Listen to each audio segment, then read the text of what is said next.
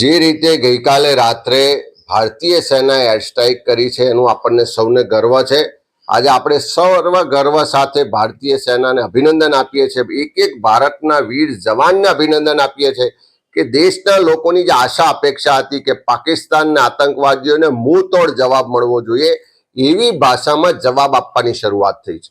આતંકવાદનો ખાત્મો સંપૂર્ણ રીતે થાય એવું આજે એક એક ભારતનો વાસી ઈચ્છી રહ્યો છે. એક એક ભારતનો વાસી ઈચ્છી રહ્યો છે કે જે રીતે 1971માં ઇન્દિરાજીએ એક સ્ટ્રાઇકથી એક ગાને બે કટકા પાકિસ્તાનના બે ભાગલા કરીને બાંગ્લાદેશ અસ્તિત્વમાં લાયા, એવો જ જવાબ આજે પણ આપવો જોઈએ. કારણ કે આ પાકિસ્તાન એની હરકતોમાંથી નથી સુધરવાનું. વારંવાર આતંકવાદને પ્રોત્સાહન આપે, વારંવાર આતંકવાદી હુમલા ભારતમાં થાય, નિર્દોષ લોકોના જાન જાય. અને આખા વિશ્વમાં કોઈ પણ ભાષા આધારિત હોય, ધર્મ આધારિત હોય, પ્રાંત આધારિત હોય કે દેશ આધારિત કોઈ પણ આતંકવાદને ક્યારેય ચલાવી ના લેવાય. અને એટલા જ માટે કોંગ્રેસનું નેતૃત્વ હંમેશા આતંકવાદની વિરુદ્ધ રહ્યું છે. એના ખાત્મા માટેના જે પણ પ્રયત્નો કાર્યક્રમો હોય એને સમર્થન આપતું રહ્યું છે. કોંગ્રેસે સૌથી મોટું આતંકવાદથી નુકસાન ભોગવ્યું છે.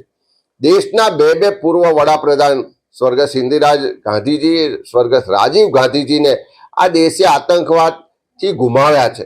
ત્યારે એવા સમયમાં આજે દેશનું નેતૃત્વ કોંગ્રેસે સંપૂર્ણ રીતે સરકારને, સેનાને સમર્થન આપ્યું છે કે આ કપરા સમયમાં દેશની સુરક્ષા મહત્વની છે. રાજકારણ કોઈ કરવાનું ના હોય, તમામ કાર્યક્રમોમાં કોંગ્રેસનો સહયોગ રહેશે. અને જ્યાં સુધી ગુજરાતની વાત કરીએ તો ગુજરાત પણ એક સંવેદનશીલ રાજ્ય છે, પાકિસ્તાનની બોર્ડરોથી જોડાયેલું રાજ્ય છે. ત્યારે ગુજરાતી તરીકે આપણા બધાની સવિશેષ જવાબદારી છે. અમે વિપક્ષ તરીકે રાજ્ય સરકારને, માન્ય મુખ્યમંત્રીશ્રીને આશ્વસ્ત કરવા માંગીએ છીએ કે સરકાર લોકોની સુરક્ષા માટે, સરહદોની સુરક્ષા માટે, સેનાનું મનોબળ વધારવા માટે, સેનાને સહયોગ માટે જે પણ કાર્યક્રમો કરશે એમાં સંપૂર્ણ રીતે અમારો ટેકો રહેશે, અમારો સહયોગ રહેશે.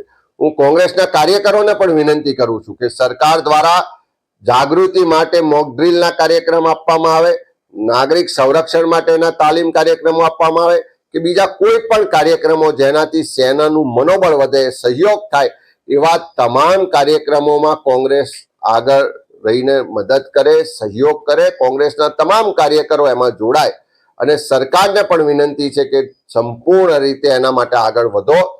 આપણે બધા જ ઈચ્છીએ છીએ કે સેના, આપણા જવાનો જે સક્ષમતાથી, જે તાકાતથી આજે પાકિસ્તાનના આતંકવાદને જવાબ આપી રહ્યા છે, આવનારા દિવસોમાં આથી પણ વધારે મજબૂતાઈથી જવાબ આપે, આતંકવાદનો સંપૂર્ણ ખાત્મો થાય, પાકિસ્તાન ફરી ક્યારેય ભારત સામે આંખ ઊંચી કરીને જોવાની કે આતંકવાદને પ્રોત્સાહન આપવાની હિંમત ના કરે, એવો જવાબ મળવો જોઈએ.